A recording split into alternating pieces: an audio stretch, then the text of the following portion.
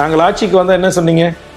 இங்கே தூய்மை பணியாளர்கள் போராடினாங்க, அவங்களுக்கு ஒரு நிரந்தர தீர்வு எட்டப்படும். நீங்கள் எட்டிட்டீங்களா? இன்றைக்கு இபி டிபார்ட்மெண்ட்டில் பல ஆயிரம் தோழர்கள் போராடிட்டு இருக்கிறான், அவங்கள நிறுத்தம் செஞ்சுருக்கீங்க, அவங்களுக்கு நிரந்தர வேலை கொடுத்துட்டீங்களா? மருத்துவர்கள், பல்லாயிரக்கணக்கான ஆசிரியர்கள் வேக்கன்சி இருக்குது, அதை நிரப்புவதற்கு உத்தரவுகளை பிறப்பித்துட்டீங்களா?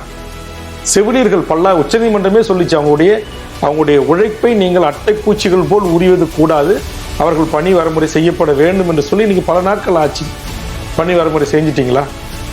இன்றைக்கு நீங்கள் ஆட்சிக்கு வந்த இந்த நாளில் தான் 151க்கும் மேற்பட்ட மேற்படிப்பு சூப்பர் ஸ்பெஷாலிட்டி என்று சொல்லக்கூடிய கார்டியோ, நீரோ போன்ற மிக உயர்ந்த படிப்புகளை படிப்பதற்கான இடங்களை, தமிழ்நாட்டு மாணவர்களுக்கு வழங்க வேண்டிய இடங்களை வழங்குவதற்கான உரிய நிர்வாக நடவடிக்கைகளை, அட்மினிஸ்ட்ரேட்டிவ் அந்த நடவடிக்கைகளை உங்கள் அரசு செய்ய தவறினுடைய விளைவு இன்றைக்கு உச்சநீதிமன்றம் தலையிட்டு நீங்கள் சும்மா தானே வச்சிருக்கீங்க, அந்த இடத்தை உடனே திருப்பி ஒன்றிய அரசு கொடுங்க அப்படின்னு சொல்லி இன்னைக்கு ஒன்றிய அரசு அந்த இடத்தை கைப்பற்றி அந்த 151 இடங்களுக்கும் பல கோடி ரூபாய் மதிப்பில் டீச்சிங் செலவாகும்.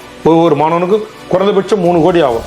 இன்னைக்கு சுமார் ஒரு 500 கோடி ரூபாய் செலவில் தமிழ்நாட்டை சாராத இந்தியாவை சேர்ந்த வேறு மாநிலங்களை சேர்ந்தவர்கள் அந்த SS என்ற சூப்பர் ஸ்பெஷாலிட்டி, டிஎம் போன்ற மிக உயர்ந்த படிப்புகளை படிப்பதற்கு நாம் அந்த இடங்களை தமிழ்நாடு அரசு, விஜய் அரசு தாரை வார்க்க துணிந்திருக்கிறது.